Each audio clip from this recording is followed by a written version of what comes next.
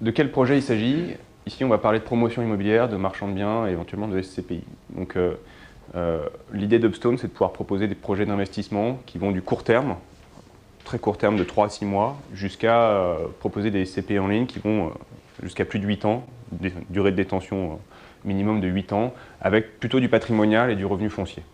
Et les opérations de marchand de biens, c'est des opérations qui sont plutôt court terme, qui peuvent être moyen terme aussi, de création de valeur sur des projets immobiliers. Alors, comment on sélectionne les projets?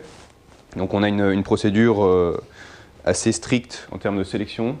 On va regarder les porteurs de projets, les projets. Ça peut se faire l'un avant l'autre. On peut regarder un projet puis ensuite regarder le porteur de projet. Donc le porteur de projet, ça va être le promoteur. Le promoteur, on va regarder s'il a de l'historique, s'il sait faire, s'il a déjà travaillé dans une boîte de promotion. Si c'est son premier projet, bon, on va être un peu embêté parce qu'on va considérer qu'il n'a pas forcément l'expérience.